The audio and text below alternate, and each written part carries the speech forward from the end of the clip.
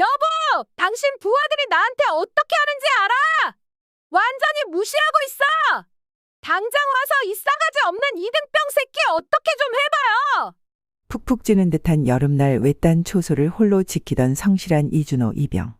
그의 평범하기만 했던 군 생활은 한 사람으로부터 시작된 막무가내 갑질로 인해 산산조각나고 맙니다. 문제는 그들이 건드린 상대가 보통 군인이 아니었다는 거죠. 만약 이등병의 아버지가 바로 그 부대의 하늘 같은 군단장이라면 과연 이나무인 갑질 여인과 남편의 운명은 어떻게 될까요? 부대의 그 누구도 몰랐던 군다장 아들의 충격적인 정체가 밝혀지는 순간 속이 뻥 뚫리는 그 통쾌한 이야기가 지금 바로 시작됩니다. 새벽 5시 첫 번째 경보음이 울려 퍼졌습니다. 준호는 눈을 비비며 침대에서 일어났습니다.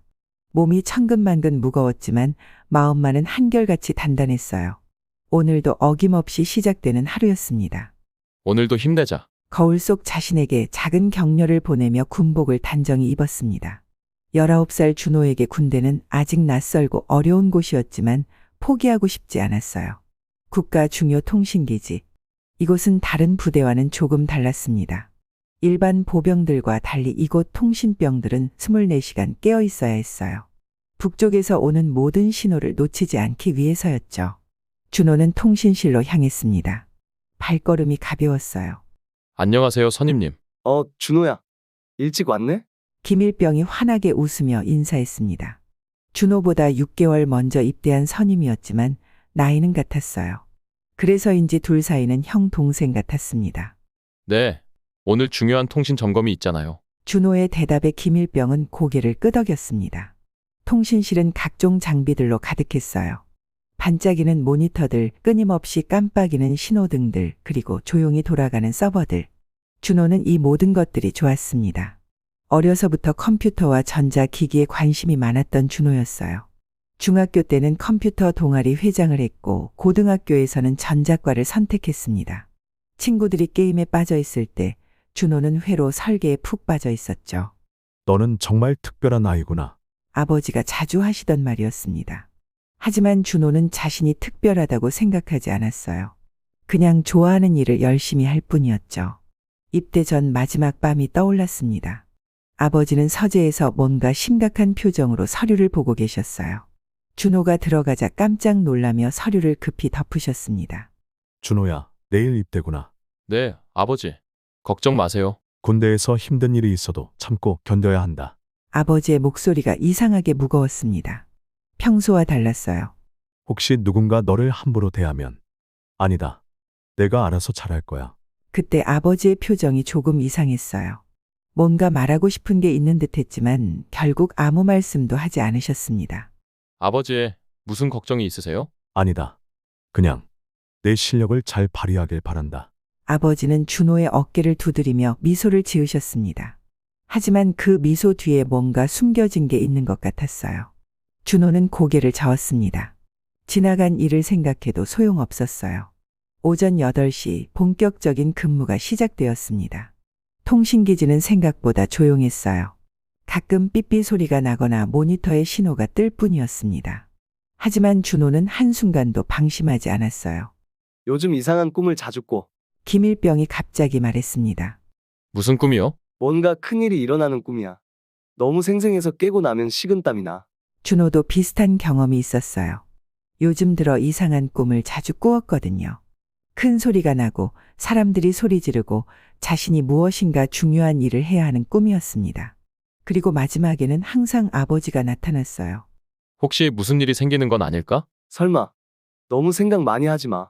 하지만 준호의 가슴 한편에는 작은 불안이 자리 잡고 있었어요. 오후가 되자 기지 주변이 조금씩 시끄러워졌습니다. 멀리서 자동차 소리가 들렸고 평소보다 사람들 목소리가 크게 들렸어요. 뭔가 평상시와 다른 기운이었습니다. 준호야, 혹시 오늘 특별한 일정 있다고 들었니? 김일병이 궁금한 표정으로 물었습니다. 아니요, 저는 모르겠는데요. 준호도 의아했어요. 분명 이상한 분위기였거든요. 그때 통신실 창문 너머로 검은색 승용차 한 대가 보였습니다. 평소에 보던 군용 차량과는 달랐어요. 민간인 차량 같았습니다. 하지만 이 기지에는 허가받지 않은 민간인이 들어올 수 없었어요. 저 차 뭐지? 준호의 가슴이 두근두근 뛰기 시작했습니다. 손바닥에는 어느새 땀이 맺혀 있었어요. 왠지 모르게 불길한 예감이 들었습니다. 혹시 점검 나온 분들 아닐까? 김일병이 추측했지만 준호는 그렇게 생각되지 않았어요. 차에서 내린 사람의 옷차림이 너무 화려했거든요. 점검 나올 사람 같지 않았습니다. 준호는 모니터를 다시 확인했어요. 모든 것이 정상이었습니다. 하지만 마음은 점점 더 불안해졌어요. 설마 준호의 입에서 작은 한숨이 나왔습니다. 이때 준호는 아직 몰랐어요. 곧 자신의 평범했던 군 생활이 완전히 바뀔 거라는 것을. 그리고 자신이 감춰온 비밀, 아니 자신도 몰랐던 진실이 세상에 드러나게 될 거라는 것을. 오후 햇살이 통신실 창문을 통해 들어왔습니다. 하지만 준호의 마음은 점점 더 어두워져만 갔어요. 마치 폭풍 전의 고요함 같은 느낌이었습니다. 준호는 깊게 숨을 들이쉬었습니다. 뭔가 일어날 것 같은데. 그 예감은 틀리지 않았습니다. 검은색 승용차의 문이 열렸습니다. 준호의 심장이 쿵 하고 내려앉았어요. 차에서 내린 사람은 화려한 옷을 입은 중년 여성이었습니다. 머리부터 발끝까지 값비싼 브랜드로 치장한 모습이었어요. 여성은 차에서 내리자마자 주변을 둘러봤습니다. 짜증스러운 표정이 역력했어요. 마치 이곳이 자신의 기준에 맞지 않는다는 듯 코를 찡그렸습니다. 저분이 누구지? 김일병이 작게 중얼거렸습니다. 준호도 같은 생각이었어요. 여성은 큰 선글라스를 끼고 있었습니다. 마치 영화배우처럼 당당한 걸음으로 통신기지 쪽으로 걸어왔어요. 하지만 그 표정에는 뭔가 불만스러운 기색이 역력했습니다. 준호는 급히 자리에서 일어났어요. 조심해, 준호야. 뭔가 심상치 않아 보이는데. 김일병의 걱정스러운 목소리가 뒤에서 들렸습니다. 준호는 통신실을 나와 여성에게 다가갔어요. 규정대로 정중한 경례를 올렸습니다. 안녕하십니까? 무엇을 도와드릴까요? 여성은 선글라스를 살짝 내리며 준호를 위아래로 훑어봤습니다. 그 시선이 차갑고 날카로웠어요. 마치 벌레를 보는 듯한 눈빛이었습니다. 준호는 순간 마음이 움츠러드는 것을 느꼈어요. 여기가 통신기지죠? 소음 때문에 왔어요. 소음이요? 준호는 의아했습니다. 통신기지는 조용한 편이었거든요. 네, 그 삐삐거리는 소리 말이에요. 밤낮 없이 시끄럽다고요. 여성의 목소리가 점점 날카로워졌어요. 준호는 순간 당황했습니다. 통신 장비 소리는 국가 보안을 위해 꼭 필요한 것이었어요. 함부로 멈출 수 있는 게 아니었습니다. 죄송합니다만 저희 장비는 꼭 필요한 업무용입니다. 소음을 최대한 줄이도록 노력하겠습니다만. 최대한 줄인다고요? 여성이 갑자기 목소리를 높였습니다. 준호는 깜짝 놀라 한 걸음 뒤로 물러섰어요. 노력하겠다는 게 뭐예요? 지금 당장 그 소리 없애봐요. 준호의 얼굴이 화끈거렸습니다. 여성의 목소리가 너무 컸거든요. 주변에서 다른 병사들이 쳐다보기 시작했어요. 죄송하지만 성함을. 강미영이에요. 박상철 대령 부인이라고요. 그 순간 준호의 머릿속이 하얘졌습니다. 대령 부인이라고요. 준호는 입이 바짝 말랐어요. 갑자기 다리에 힘이 빠지는 것 같았습니다. 미영은 준호의 당황한 표정을 보며 만족스러워했어요. 이제 알겠어요. 내가 누군지. 아, 그러시군요. 준호는 어떻게 대답해야 할지 몰랐습니다. 대령 부인의 말을 거절할 수도 없고 그렇다고 국가 중요 장비를 함부로 건드릴 수도 없었어요. 미영의 얼굴이 점점 붉어졌습니다. 뭐예요? 그 애매한 대답은? 지금 내 말을 무시하는 거예요? 아닙니다. 그런 게 아니라. 그럼 뭐예요? 당장 소리 없애라고 했잖아요. 미영의 목소리가 통신기지 전체에 울려 퍼졌어요. 준호는 온몸이 뜨거워지는 것을 느꼈습니다. 부끄러움과 당황스러움이 동시에 밀려왔어요. 이때 미영의 입에서 더욱 충격적인 말이 나왔습니다. 내 아들도 곧 군대에 가는데 이런 식으로 대접받을 생각하니까 정말 화가 나네요. 아들 이야기는 왜 갑자기? 갑자기가 아니에요. 내가 얼마나 걱정되는지 알아요? 미영의 목소리가 떨렸어요. 준호는 그때 깨달았습니다. 이분이 왜 이렇게 화를 내는지 조금 이해가 됐어요. 아들의 군 입대를 걱정하는 마음이 이상하게 표출되고 있는 거였습니다. 하지만 그렇다고 해도 너무 심했어요. 사모님, 저희가 최대한 배려해드리겠습니다. 사모님, 지금 나이도 어린 게 반말해요. 미영의 얼굴이 새빨갛게 달아올랐습니다. 준호는 자신도 모르게 몸이 떨리기 시작했어요. 죄송합니다. 제가 말을 잘못했습니다. 잘못했다고요? 처음부터 버릇이 없었다는 뜻이네요. 미영은 이제 완전히 흥분 상태였어요. 이때 김일병이 조심스럽게 다가왔습니다. 준호야, 무슨 일이야? 아, 선임님. 준호의 목소리가 떨렸어요. 이런 상황을 어떻게 해결해야 할지 정말 모르겠었습니다. 미영은 김일병을 보더니 더욱 기세등등해졌어요. 당신들 상관은 어디 있어요? 이 애가 나한테 반말하고 내 말을 무시한다고요. 김일병의 얼굴이 창백해졌습니다. 죄송합니다. 저희가 잘못 설명한 것 같습니다. 잘못 설명했다고요? 그럼 제대로 설명해 보세요. 미영의 목소리가 점점 더 커졌어요. 준호는 가슴이 답답해서 숨을 제대로 쉴 수 없었습니다. 이건 단순한 민원이 아니었어요. 뭔가 개인적인 감정이 섞여 있었습니다. 미영의 눈빛에서 준호는 깊은 분노와 좌절감을 읽을 수 있었어요. 내 남편이 얼마나 중요한 사람인지 알아요? 대령이라고요, 대령! 알고 있습니다. 하지만 저희는 규정을 따라야. 규정? 규정이 뭐가 그렇게 중요해요? 미영이 갑자기 핸드백에서 휴대폰을 꺼냈습니다. 준호의 심장이 쿵 떨어졌어요. 우리 남편한테 전화할 거예요. 당신들이 얼마나 불친절한지 말이에요. 그 순간 준호의 세상이 무너지는 것 같았습니다. 대령한테 전화한다고요. 자신의 군 생활이 끝장날 수도 있다는 생각에 온몸이 차가워졌어요. 제발 그러지 마세요. 준호의 목소리는 거의 속삭임에 가까웠습니다. 하지만 미영은 이미 전화를 걸기 시작했어요. 김일병이 준호의 어깨를 붙잡았습니다. 괜찮을 거야, 준호야. 우리가 잘못한 게 없잖아. 하지만 둘 다 알고 있었어요. 이 상황이 전혀 괜찮지 않다는 것을. 준호는 절망적인 기분이었습니다. 어떻게 이런 일이 일어날 수 있을까요? 평범했던 하루가 이렇게 악몽으로 변할 줄은 꿈에도 몰랐어요. 미영의 손가락이 전화번호를 누르기 시작했습니다. 여보, 나야. 미영의 목소리가 달콤하게 변했습니다. 전화 너머 남편에게 하는 말투였어요. 하지만 준호는 그 변화가 더욱 무서웠습니다. 마치 연기하는 것 같았거든요. 당신 부하들이 나한테 어떻게 하는지 알아? 완전히 무시하고 있어. 준호의 온몸이 얼어붙었습니다. 미영은 전화를 하면서도 준호를 째려보고 있었어요. 그 눈빛이 칼처럼 날카로웠습니다. 그 어린 이등병이 나한테 반말까지 했다고. 당장 와서 혼내줘야 해. 준호는 억울해서 견딜 수 없었어요. 자신은 한 번도 반말한 적이 없었거든요. 응, 알았어. 빨리 와. 미영은 전화를 끊더니 다시 준호를 노려봤습니다. 그 눈빛이 승리의 기쁨으로 빛났어요. 곧 우리 남편이 올 거야.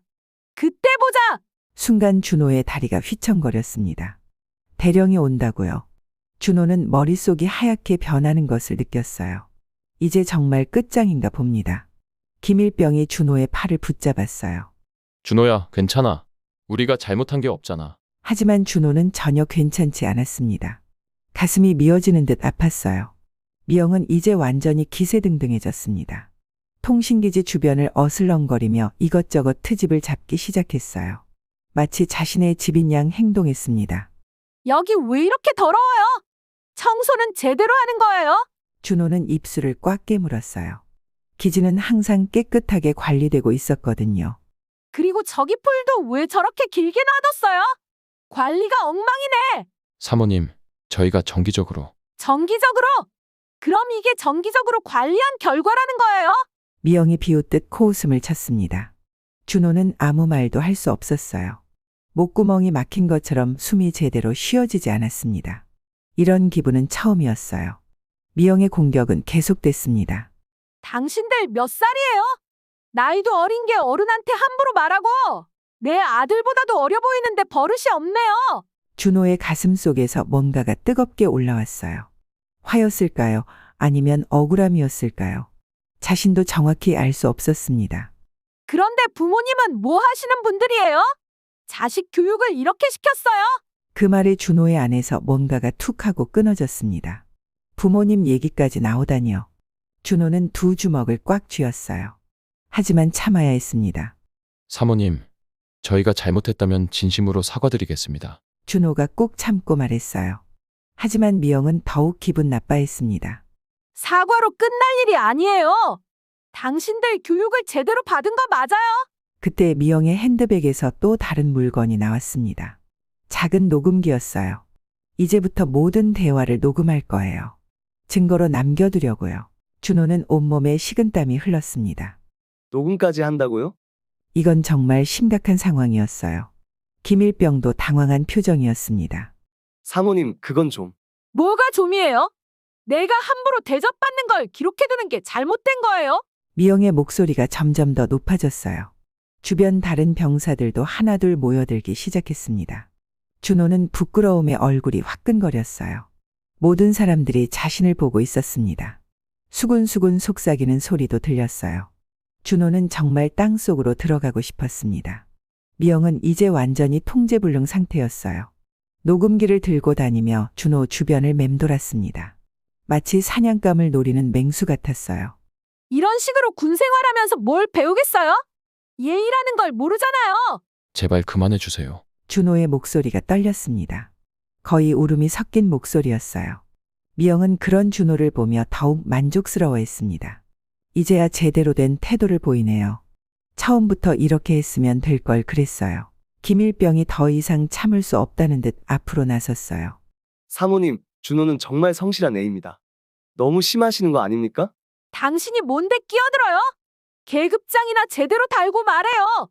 미영이 김일병에게도 화살을 돌렸습니다. 김일병의 얼굴이 붉어졌어요. 준호는 더 이상 견딜 수 없었습니다. 선임까지 자신 때문에 욕을 듣고 있었거든요. 마음이 너무 아팠어요. 준호의 눈에 눈물이 맺혔습니다. 하지만 흘리지는 않았어요. 군인이니까요. 아, 정말 이런 애들 때문에 세금이 아까워 죽겠네요. 미영의 말이 계속 이어졌습니다. 내가 낸 세금으로 이런 애들을 먹여 살린다고 생각하니까 화가 나요. 준호의 가슴이 아팠어요. 정말로 아팠습니다. 그때 멀리서 자동차 소리가 들렸습니다. 엔진 소리가 점점 가까워지고 있었어요. 미영은 그 소리를 듣더니 환하게 웃었습니다. 우리 남편이 왔네요. 이제 끝장이에요. 준호의 심장이 멈출 것 같았어요. 박상철 대령이 오고 있었습니다. 준호는 절망감에 온몸이 떨렸어요. 김일병이 준호의 어깨를 다독였습니다. 준호야, 진실은 언젠가 밝혀져. 너무 걱정하지 마. 하지만 준호는 알고 있었어요. 이 상황에서 진실이 무슨 소용이 있을까요? 대령 부인의 말이 곧 진실이 될 텐데요. 자동차가 통신기지 앞에 멈춰섰습니다. 운전석에서 내린 사람은 정말 박상철 대령이었어요. 얼굴이 잔뜩 굳어 있었습니다. 미영이 남편에게 달려갔어요. 여보, 저 애들이 나한테 어떻게 했는지 알아? 준호는 마지막 희망마저 사라지는 것을 느꼈습니다. 정말로 이제 모든 게 끝났어요. 준호는 마음속으로 기도했어요. 부디 이 모든 게 나쁜 꿈이길 바라면서요. 하지만 현실은 냉혹했습니다. 이제 정말로 끝인 것 같았어요. 여보, 이게 다 무슨 일이야? 박상철 대령이 아내에게 다가가며 물었습니다. 얼굴에는 걱정과 짜증이 섞여 있었어요. 준호는 그 모습을 보며 절망에 빠졌습니다. 이제 정말 끝이구나. 대령님이 부인 편을 들게 뻔했거든요. 미영은 기다렸다는 듯 남편의 팔을 붙잡았어요. 저 이등병이 나한테 얼마나 무례하게 굴었는지 몰라. 준호는 온몸이 얼어붙는 것을 느꼈습니다. 박상철 대령의 눈빛이 차가워졌어요. 아내의 말을 듣더니 분노가 차올랐습니다. 정말 그런 일이 있었나? 당연하지. 나한테 반말까지 했다고. 미영이 울먹이는 목소리로 말했어요. 연기가 섞인 목소리였지만 박상철 대령은 믿는 것 같았습니다. 박상철 대령이 준호를 향해 걸어왔습니다. 표정이 매우 심각했어요. 이병, 설명해보게. 준호는 입을 열려고 했어요. 하지만 목소리가 나오지 않았습니다. 바로 그때였어요. 삐리리리리, 삐리리리리. 통신실에서 긴급 경보음이 울려 퍼졌습니다. 모든 사람이 깜짝 놀라 고개를 돌렸어요. 준호의 심장이 더욱 빨리 뛰었습니다. 이 소리는 보통 경보음이 아니었어요. 국가 비상통신 신호였습니다. 접건. 김일병이 창백한 얼굴로 준호를 봤습니다. 네, 1급 비상 신호입니다. 준호는 모든 것을 잊고 통신실로 뛰어갔어요. 이런 상황에서는 다른 모든 것보다 국가 임무가 우선이었습니다. 개인적인 문제 따위는 중요하지 않았어요. 야, 어디 가는 거야? 미영이 뒤에서 소리쳤지만 준호는 듣지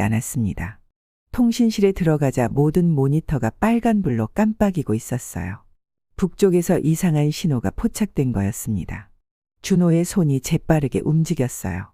키보드를 두드리고 여러 장비들을 조작했습니다. 어려서부터 익힌 실력이 이런 때 빛을 발했어요. 이건 고도로 암호화된 군사 통신이야.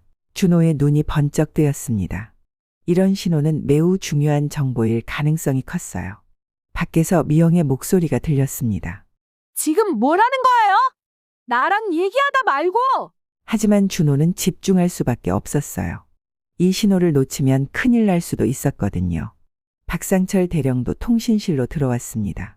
상황을 보더니 표정이 달라졌어요. 군인으로서 이 상황의 심각성을 알아차린 거였습니다. 이병, 무슨 상황인가? 북쪽에서 1급 암호화 긴급 통신이 포착되었습니다. 준호는 대답하면서도 손을 멈추지 않았어요.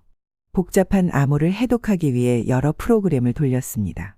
화면에 복잡한 숫자와 기호들이 빠르게 흘러갔어요. 김일병도 옆에서 도왔습니다. 준호야, 이거 어떻게 하는 거야? 선임님, 저기 녹색 버튼 눌러주세요. 동시에 신호를 증폭시켜야 해요. 둘의 호흡이 완벽했어요. 평소 연습한 대로 움직였습니다. 미영이 통신실 문가에서 소리쳤습니다. 지금 뭐 하는 거예요? 나 무시하고! 여보, 지금은 조용히 해. 박상철 대령이 아내를 말렸어요. 상황의 심각성을 깨달은 거였습니다. 준호는 땀을 뻘뻘 흘리며 작업을 계속했습니다. 암호 해독이 쉽지 않았어요. 하지만 포기할 수 없었습니다. 거의 다 됐어요. 준호의 손가락이 키보드 위에서 춤을 췄어요. 마치 피아니스트가 연주하는 것 같았습니다. 마침내 화면에 해독된 메시지가 나타났어요. 대령님, 이건 북한군의 특수부대 이동 정보입니다. 박상철 대령의 얼굴이 심각해졌습니다. 즉시 상부에 보고해야겠군. 이미 자동으로 전송되고 있습니다. 3분 후면 완료됩니다. 준호는 신속하게 추가 분석 작업을 했어요. 손가락이 키보드 위에서 빠르게 움직였습니다. 이런 모습을 본 김일병은 감탄했습니다. 준호야, 너 정말 대단하다. 이런 걸 혼자서 다 하다니. 평소에도 준호가 실력이 좋다고 생각했지만 이 정도일 줄은 몰랐어요. 위치 좌표까지 파악 완료했습니다. 준호가 외쳤습니다. 성공의 기쁨이 얼굴에 드러났어요. 5분 만에 모든 처리가 끝났습니다. 준호는 이마에 땀을 닦으며 안도의 숨을 쉬었어요. 박상철 대령이 준호를 다시 봤습니다. 이번에는 완전히 다른 눈빛이었어요. 이병, 정말 훌륭한 일을 했네. 감사합니다. 준호가 경례를 올렸습니다. 가슴이 뿌듯했어요. 그러나 미영은 여전히 화가 나 있었습니다. 그래서 뭐예요? 일 잘한다고 해서 나한테 무리하게 군 게 정당화되는 거예요? 준호의 마음이 다시 무거워졌어요. 아직 끝나지 않은 거였습니다. 박상철 대령은 딜레마에 빠졌습니다. 아내의 말도 들어야 하고 부하의 능력도 인정해야 했거든요. 여보, 이 친구가 방금 중요한 국가 임무를 처리했어요. 임무가 뭐가 중요해요? 나한테 한 일을 먼저 사과받아야죠. 미영은 전혀 물러서지 않았어요. 그때 또 다른 자동차 소리가 들렸습니다. 이번에는 더 무겁고 위험 있는 소리였어요. 준호는 궁금했지만 별로 신경 쓰지 않았습니다. 어차피 자신에게는 좋을 게 없을 테니까요. 하지만 김일병의 얼굴이 갑자기 하얘졌어요. 저 건. 창문 밖을 보더니 김일병이 말을 잇지 못했습니다. 준호도 고개를 돌려 밖을 봤어요. 검은색 고급 승용차 한 대가 천천히 다가오고 있었습니다. 차량 앞에는 작은 깃발이 달려 있었어요. 그 깃발을 본 박상철 대령의 얼굴이 새하얗게 변했습니다. 이럴 수가. 준호는 무슨 일인지 몰랐지만 뭔가 엄청난 일이 일어나고 있다는 것을 느꼈어요. 차에서 내릴 사람이 누구일까요? 준호의 심장이 다시 빠르게 뛰기 시작했습니다. 검은색 승용차의 문이 천천히 열렸습니다. 준호의 심장이 멈출 것 같았어요. 차에서 내린 사람을 보는 순간 온몸이 얼어붙었습니다. 이태성 군단장이었어요. 김일병이 헉하고 숨을 들이켰습니다. 박상철 대령은 얼굴이 새하얗게 질려서 말도 못했어요. 군단장님. 박상철 대령의 목소리가 떨렸습니다. 온몸이 부르르 떨리고 있었어요. 미영도 처음에는 누군지 몰랐습니다. 하지만 주변 사람들의 반응을 보더니 뭔가 대단한 사람이라는 걸 깨달았어요. 갑자기 목소리가 작아졌습니다. 저분이 누구예요? 아무도 대답하지 않았어요. 모두 굳은 표정으로 군단장을 바라보고 있었거든요. 이태성 군단장은 천천히 걸어왔습니다. 위험 있는 걸음걸이였어요. 하지만 얼굴에는 따뜻한 미소가 있었습니다. 준호는 숨을 제대로 쉴 수 없었어요. 군단장이 오다니요. 이런 일이 정말 일어날 수 있는 건가요?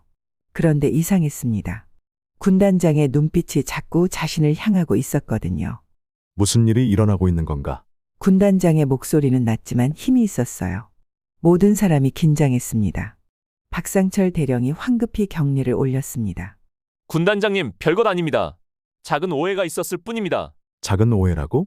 군단장의 눈빛이 날카로워졌어요. 준호는 그 시선을 받고 온몸이 떨렸습니다. 하지만 그 눈빛 어딘가에 따뜻함도 있었어요.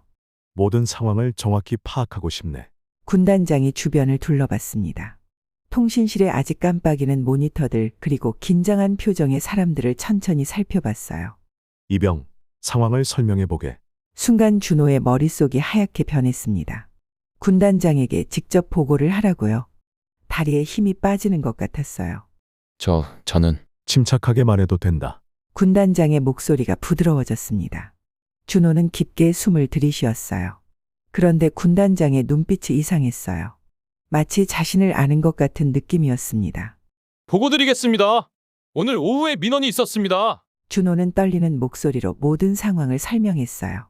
미영이 와서 한 모든 일들을 빠짐없이 말했습니다.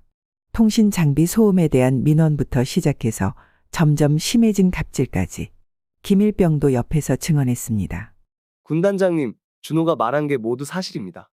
제가 옆에서 다 봤습니다. 그리고 방금 전 1급 비상통신도 완벽하게 처리했습니다. 군단장은 조용히 들었어요. 표정은 점점 더 심각해졌습니다. 미영은 이제야 상황의 심각성을 깨달았어요. 얼굴이 창백해지며 남편 뒤에 숨으려 했습니다. 하지만 이미 늦었어요. 그러면 방금 전 긴급 통신 상황은 어떻게 처리했나?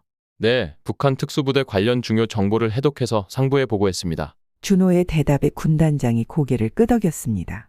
5분 만에 처리했다고? 네, 맞습니다. 군단장의 눈빛이 바뀌었어요. 놀라움과 감탄이 섞인 표정이었습니다. 위치 좌표까지 파악했다면서? 네, 정확한 좌표와 이동 경로까지 분석 완료했습니다. 군단장이 잠시 생각하더니 박상철 대령을 봤어요. 박 대령, 이 병사의 능력을 알고 있었나? 박상철 대령은 식은땀을 흘리며 대답했습니다. 죄송합니다. 제가 제대로 파악하지 못했습니다. 군단장은 다시 준호를 봤어요. 이번에는 다른 눈빛이었습니다. 마치 무언가를 확인하는 듯한 시선이었어요. 이병, 이름이 뭔가? 이준호입니다. 그 순간 군단장의 표정이 완전히 변했습니다. 미소가 번졌어요. 하지만 여전히 무언가를 숨기고 있는 듯했습니다. 부모님은 어떤 분이신가? 네? 아버지는 공무원이십니다. 준호가 당황하며 대답했어요. 왜 갑자기 부모님 이야기를 물으시는 걸까요? 군단장의 미소가 더 깊어졌습니다. 잘했다, 이병. 짧은 칭찬이었지만 준호에게는 큰 의미였어요. 가슴이 뿌듯해졌습니다. 그런데 군단장이 갑자기 박상철 대령을 봤어요. 박 대령, 부인께서 이 훌륭한 병사에게 어떤 대우를 했는지 들었네. 박상철 대령의 얼굴이 새하얗게 변했습니다. 군단장님, 정말 죄송합니다. 제가 가족을 제대로 관리하지 못했습니다. 가족 관리 문제가 아니네. 군단장의 목소리가 차가워졌어요. 이건 군기강 문제야. 한 병사의 인격을 짓밟은 심각한 문제라고. 미영은 이제 완전히 얼어붙었어요. 군단장의 위험에 압도당한 거였습니다. 한마디도 할 수 없었어요. 더욱이 군단장이 잠시 멈췄습니다. 그리고 깊은 숨을 쉬었어요. 준호를 향한 시선이 한층 더 따뜻해졌습니다. 이 병사는 단순한 병사가 아니네. 모든 사람이 귀를 기울였어요. 무슨 말인지 궁금했거든요. 준호도 의아했습니다. 자신이 뭔가 특별한 사람인가요? 군단장이 한 걸음 더 가까이 다가왔습니다. 이준호 이병은 군단장이 준호를 향해 따뜻한 눈빛을 보냈어요. 바로 내 아들이야. 그 순간 세상이 멈춘 것 같았습니다. 박상철 대령과 미영의 얼굴이 하얗게 변했어요. 김일병도 입을 다물지 못했습니다. 준호는 가장 놀랐어요. 아버지? 그래, 준호야. 군단장, 아니 아버지 이태성이 부드럽게 웃었습니다. 오늘 내 모습을 보니 정말 자랑스럽구나. 준호의 눈에 눈물이 맺혔어요. 아버지가 자신을 자랑스러워한다니요. 가슴이 뜨거워졌습니다. 미영은 그 자리에 주저앉을 뻔했어요. 자신이 그토록 괴롭힌 이등병이 바로 군단장의 아들이었다니요. 박상철 대령도 마찬가지였습니다. 이럴 수가. 모든 것이 완전히 뒤바뀐 상황이었어요. 준호는 여전히 믿기지 않았습니다.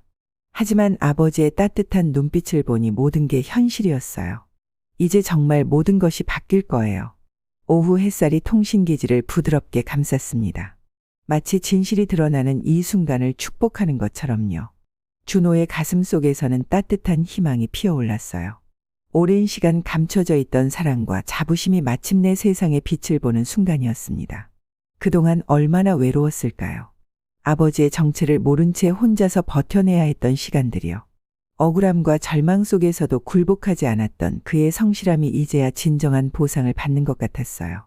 갑질과 모욕 앞에서도 꺾이지 않았던 그의 마음이 얼마나 단단했는지 이제 모든 사람들이 알게 될 거예요. 바람이 살랑 불어와 준호의 머리카락을 스쳤습니다. 그 바람 속에는 새로운 시작의 향기가 담겨 있었어요. 아버지와 아들이 마침내 만나는 순간, 그리고 정의가 승리하는 아름다운 순간이었습니다. 이 모든 시련이 준호를 더 강하고 성숙한 사람으로 만들어 주었다는 것을 이제 준호 자신도 알 수 있을 거예요.